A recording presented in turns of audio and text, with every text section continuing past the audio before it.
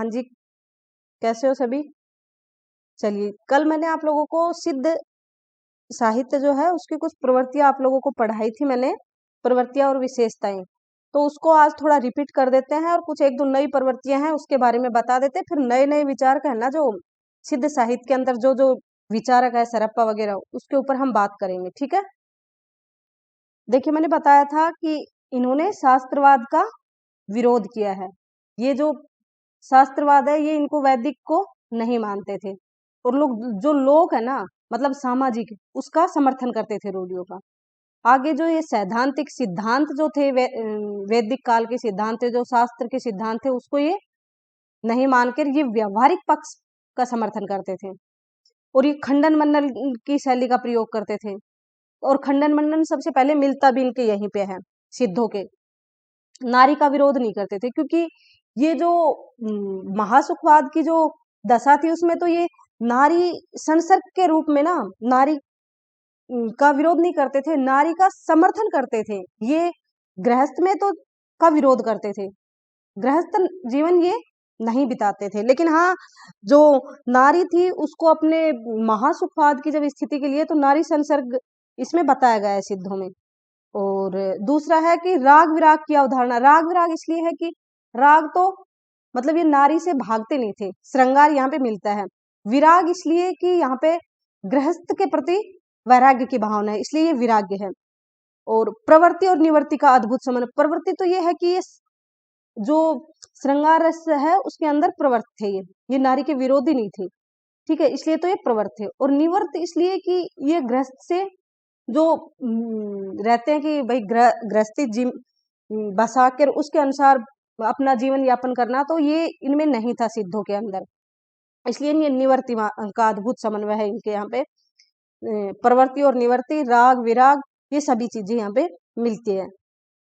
अब हम देखते हैं कि नाथों के अंदर यदि देखते हैं ना, तो नाथों में विराग मिलता है, राग नहीं है वहां पे श्रृंगार नहीं है, और ना ही वहां पे प्रवृत्ति है, सिर्फ निवृत्ति है। हाँ, लेकिन ये जो संत साहित्य आता है ना, उसमें फिर ये राग और विराग, प्रवृत्ति निवृत्ति दोनों आती है। और नहीं, संत साहित्य के अंतर्गत प्रवृत्ति आती है, निवृत्ति नहीं है वहां पे।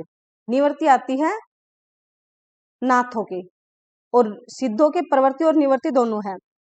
और सामाजिक भेद और आडंबरों का विरोध किया था। इनके यहाँ पे सामाजिक भेदभाव नहीं थे, और न ही किसी प्रकार का आडंबर मानते थे ये। वज्र, कमल, क्रमशः लिंग और योनि। जो वज्र था उसको ये लिंग के रूप में मानते थे, और जो कमल का जो निशान था उसको योनि के प्रतीक के रूप में माना गया है सिद्धों के अंदर। और शांत एवं श्रृंगार रस। श्रृंगार रस तो क्योंकि ये नारी के विरोधी नहीं थी, इसलिए श्रृंगार तो पाएगा यहाँ पे। और शांत इसलिए कि वैराग्य था इनके अंदर, ये गृहस्थ जीवन नहीं बिताते थे। फिर आगे है कि इनकी जो दोहा दोहा और चर्या पद मिलते हैं इनके, तो दोहा तो की भाषा तो इनके अपभ्रंश है, ठीक है। दोहा की भाषा क्या है? दोहे अपभ्रंश में मिलते हैं। और जो ये चर्या पद है ना, चर्या पद की भाषा क्या है? अवहट। और अवहट क्या थी? अपभ्रंश। अपभ्रंश का जो उत्तर अपभ्रंश जो बोलते हैं ना, अपभ्रंश, उसी को अवहट कहा गया है।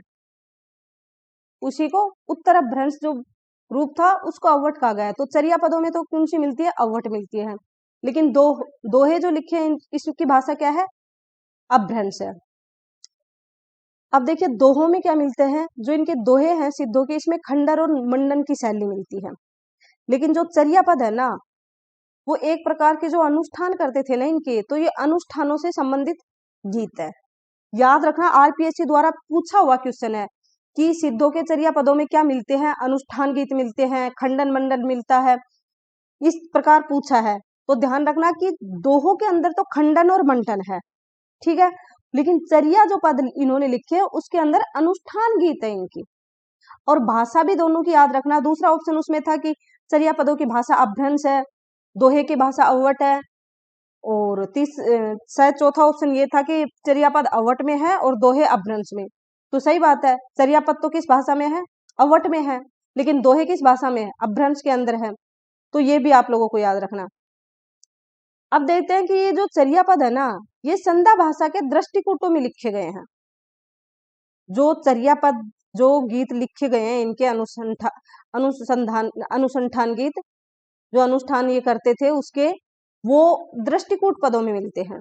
ठीक है, चर्यापद के जो गीत है, चर्यापद एक प्रकार का अनुष्ठान गीत थे जो अंतः साधनात्मक मन की प्रतीकात्मक अनुभूतियों को व्यक्त करते थे। ठीक है, ये चीज अच्छे से इनमें दोहे और चर्यापद दोनों को अच्छे से समझ लेना। ठीक है, अब आगे चलते हैं हम। अब आते हैं, आप लोगों को प्रवृत्तियां और विशेषताएं मैंने खूब अच्छे से आप लोगों को बता दी है। अब आते हैं सरप्पा पे। अब हम सिद्धों का वर्णन करेंगे, सिद्धों के ऊपर बात करते हैं, एक एक सिद्धों को लेकर चलते हैं। तो जो सरप्पा है, इसको प्रथम कवि किसने माना है?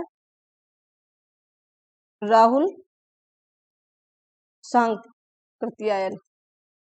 ये मैंने आप लोगों को पहले ही बता दिया था। ठीक है, अब देखते हैं कि सरप्पा का जन्म कब हुआ है। याद रखना, आप लोगों को पूछा जाता है क्योंकि हिंदी का प्रथम कवि माना जाता है ये। राहुल सांकृत्यायन ने माना है, सर्वमान्य मत भी यही है। और जाति से क्या थे? ये ब्राह्मण थे। इन्होंने कुल 32 ग्रंथ लिखे हैं, 32। जो सरप्पा है वो सहजयान साधना के प्रवर्तक माने जाते हैं, क्योंकि सहजयान साधना से ही तो सिद्ध निकले हैं। सिद्ध किससे निकले? बौद्धों की जो सहजयान शाखा थे उसी से निकले हैं, और प्रथम सिद्ध भी माने जाते हैं, और हिंदी के भी प्रथम कवि। तो इसलिए सहजयान साधना के प्रवर्तक कौन माने जाते हैं? सरप्पा माने जाते हैं। अब देखते हैं कि सिद्धों की साधना पद्धति थी ना, वो कौन कौन सी थी साधना पद्धति। तो सिद्धों की साधना पद्धति थी, एक तो है वामाचार साधना, एक गोह्य साधना, एक महासुखवाद। जब ये महासुखवाद है ना, महासुखवाद के अंतर्गत ही स्त्री संसर्ग की बात की गई है, स्त्री संसर्ग। ठीक है, इसलिए यहाँ श्रृंगार रस मिलता है। और एक है पंचमकार। पंचमकार मैंने आप लोगों को बताया था कौन कौन से पंचमकार हैं, यहाँ भी मैंने लिख रखे हैं।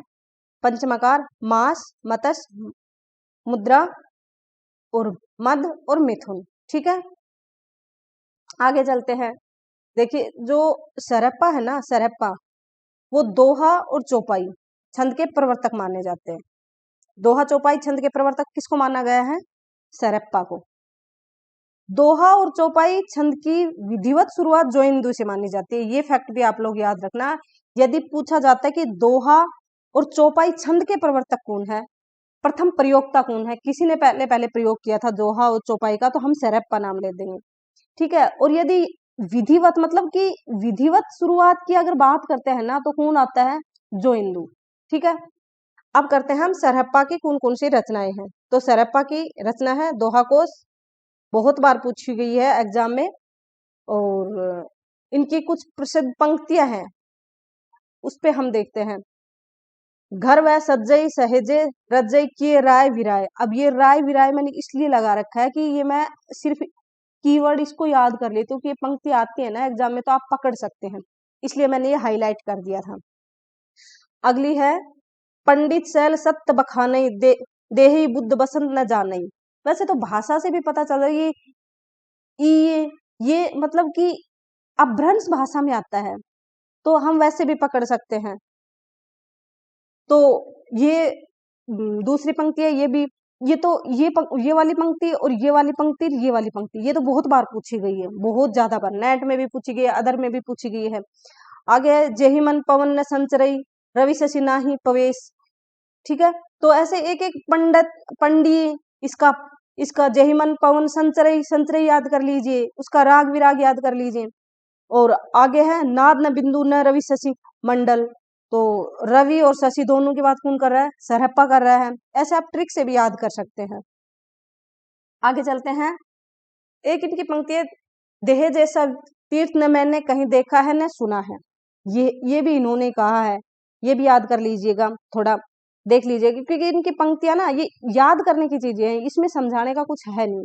लेकिन जो जो मोस्ट इनकी पंक्तियां है जो पूछी गई है एग्जाम में, वो मैंने यहाँ पे नोट डाउन करके आप लोगों के सामने रख दिया है।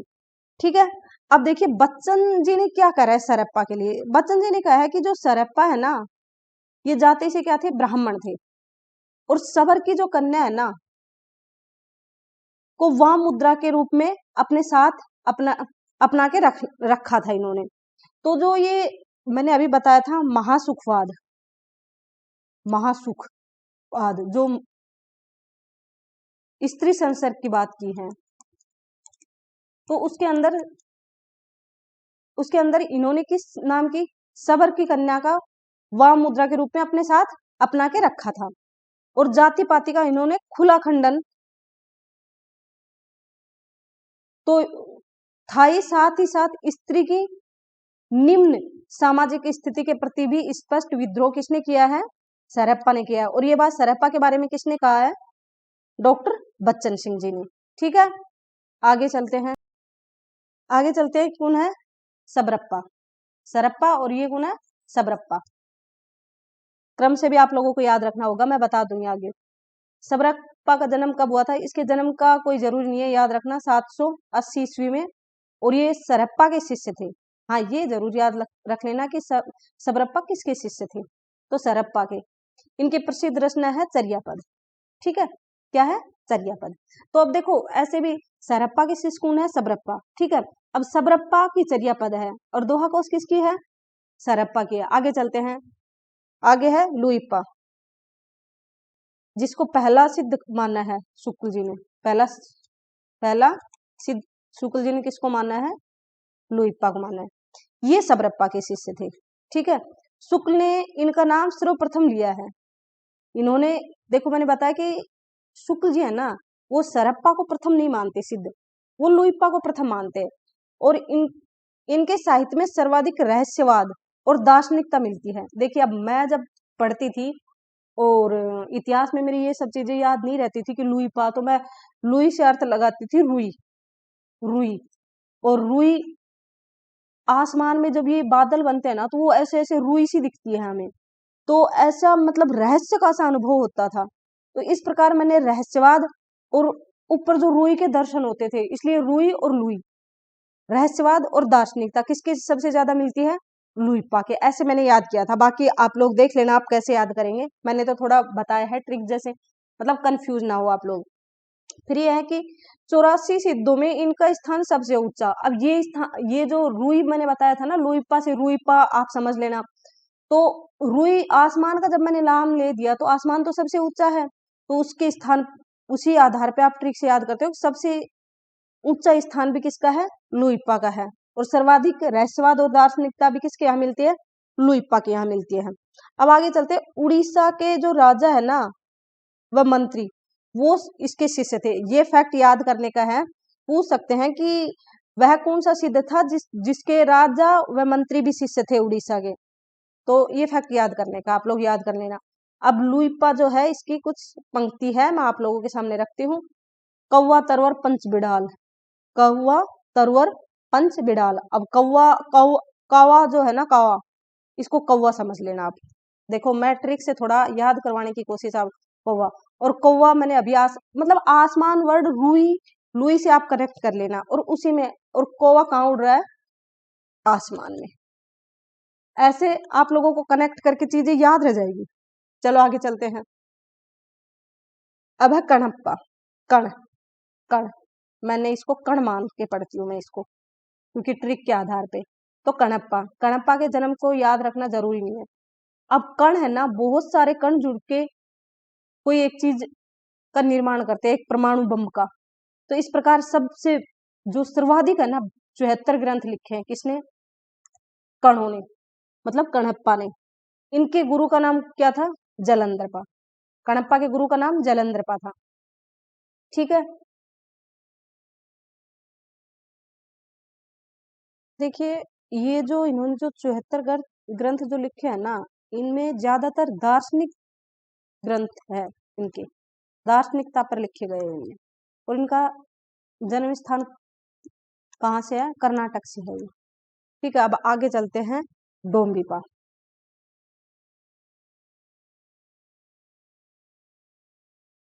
डोम्बिपा, अब डोम्बिपा है, इनका जन्म कब हुआ था, 1840। कोई जरूरत नहीं है याद करने की। ये, इनके गुरु का नाम विरूपा थे, और इनकी 21 रचनाएं मिलती हैं। इनकी रचनाएं जरूर याद कर लेना।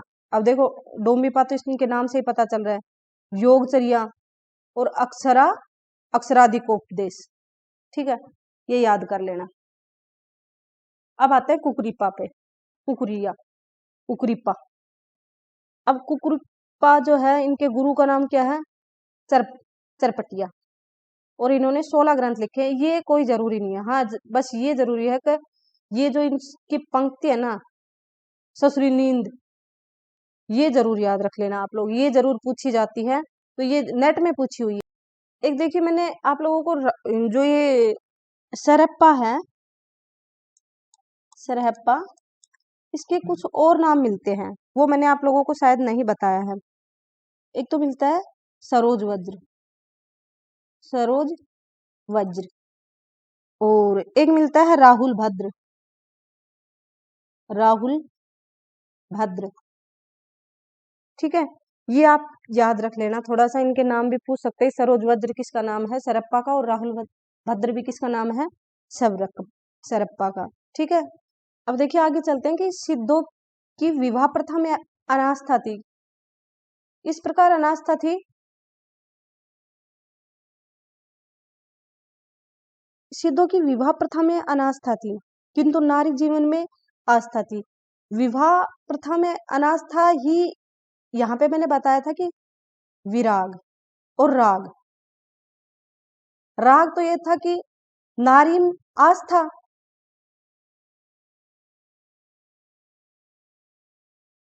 और विराग विवाह प्रथा में अनास्था, या ग्रस्त के प्रति अनादर। ये ग्रस्त जीवन को स्वीकार नहीं करते थे, इसलिए ये विराग थे, और नारी में आस्था रखते थे, इसलिए राग था। और इसी के आधार पे हम लगा सकते हैं प्रवृत्ति और निवृत्ति, निवृत्ति और विराग के आधार पे विरक्ति, निवृत्ति, और प्रवृत्ति मतलब प्रवृत्त रहना, नारी श्रृंगार रस में प्रवृत्त थे। तो सिद्धों के यहाँ पे क्या मिलती है, निवृत्ति प्रवृत्ति दोनों मिलती है, विराग और राग दोनों मिलता है। उधर विवाह प्रथा में अनास्था है, और नारी जीवन में आस्था है। गृहस्थ जीवन में आस्था नहीं है, लेकिन हाँ नारी में आस्था है, ठीक है। अब देखिए कणहप्पा की कुछ पंक्ति है, यहाँ पे देखिए, जिमि लोग विलजय पाणई इही तिम धारणी लई चित समरस जाई तखण जाऊ पुणु ते सम। तो ये विलजय पाणी, ये ना ट्रिक से याद कर लेना, ये मैं आप लोगों को बात बोल के भी क्या बताऊंगी, आप लोग देख लेना ये, ठीक है। आगे चलते हैं, देखिए बच्चन सिंह जी ने क्या कहा है सिद्धों के लिए। बच्चन सिंह जी ने कहा है, जो सिद्धों ने दोहे लिखे हैं ना, इन दोहों की भाषा अपभ्रंश के समीप है। बताया था मैंने, दोहों की भाषा तो क्या है, अपभ्रंश। लेकिन जो चर्या पद इन्होंने लिखे हैं ना, चर्या पदों की भाषा क्या है, अवठ। बताया था मैंने आप लोगों को थोड़ी देर पहले ही कि, लेकिन ये कहा किसने है, ये कहा है बच्चन सिंह जी ने। और ये भी बताया था मैंने कि दोहे में क्या मिलता है, खंडन मंडन, खंडन मंडन, ठीक है। और चर्या पद में क्या मिलता है, अनुष्ठान गीत, अनुष्ठान गीत मिलते हैं, ठीक है। और भाषा क्या है, ये भी आप लोगों को पता है। अब आगे चलते हैं कि शुक्ल जी ने क्या कहा है, क्योंकि कोई भी टॉपिक शुक्ल जी के ऊपर बात ना हो तो पूरा नहीं होता। अब शुक्ल जी ने क्या कहा है, शुक्ल जी ने कहा है कि सिद्धों और योगियों की रचनाएं साहित्य की कोटि में नहीं आती। यह योग धारा काव्य या साहित्य की कोई धारा नहीं होती, ठीक है। ये जो सिद्ध है और जो योगी जो नाथ है ना, सिद्धों नाथों को ये नहीं मानते, ये कहते कि जो धार्मिक कोटि की जो रचनाएं है ना, धार्मिक कोटि की रचनाएं, वो धार्मिक कोटि की रचनाएं जो है, धार्मिक कोटि की रचनाएं है, रचनाएं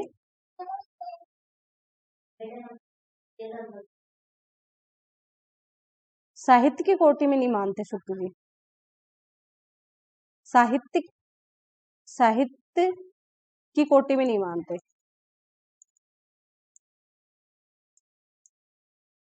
ठीक है।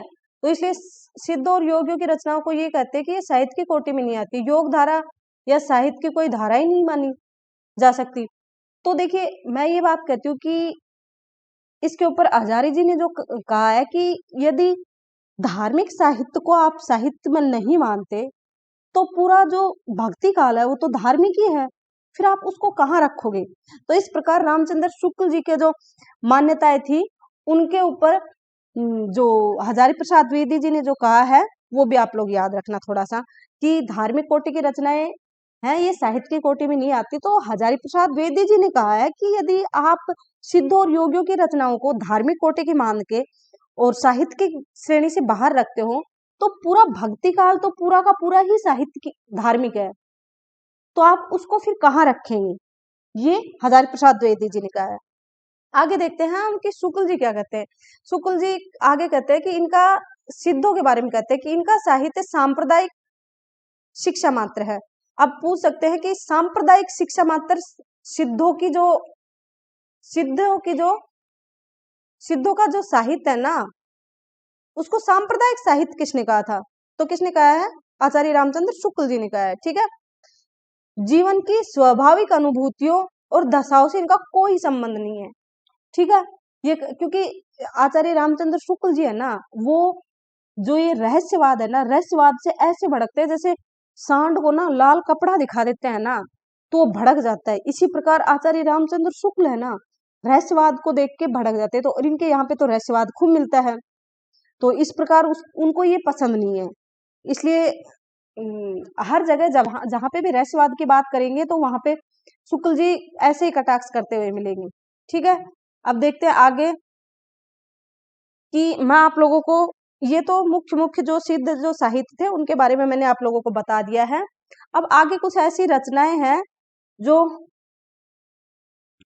जो कुछ रचनाएं सिद्धों की है जो कुछ पूछी जाती है, वो रचनाएं मैं आप लोगों को यहाँ पे कुछ लिखवा देती हूँ, आप लोग नोट डाउन कर लेना। एक तो है जालंधर पाक, नहीं लेकिन मेरे को नहीं लगता कि ये रचनाएं पूछी जाएगी, आप बस इतना याद कर लेना काफी है आप लोगों के लिए। ठीक है, तो आज की क्लास यदि अच्छी लगी आप लोगों को तो लाइक कर दीजिए, शेयर कर दीजिए और चैनल को सब्सक्राइब कर लेना और अपने दोस्तों से शेयर कर देना। धन्यवाद।